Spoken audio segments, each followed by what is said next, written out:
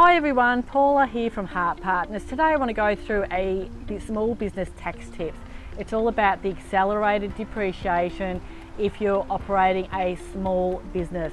I'll put some details below all about the criteria for that.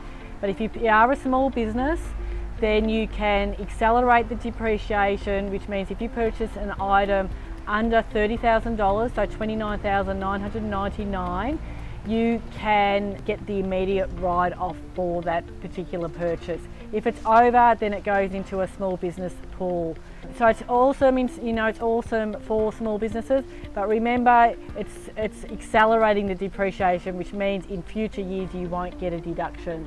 So even if you're not opting to use the small business accelerated depreciation, you're still getting the deduction, but it's over the useful life of the asset over a number of years.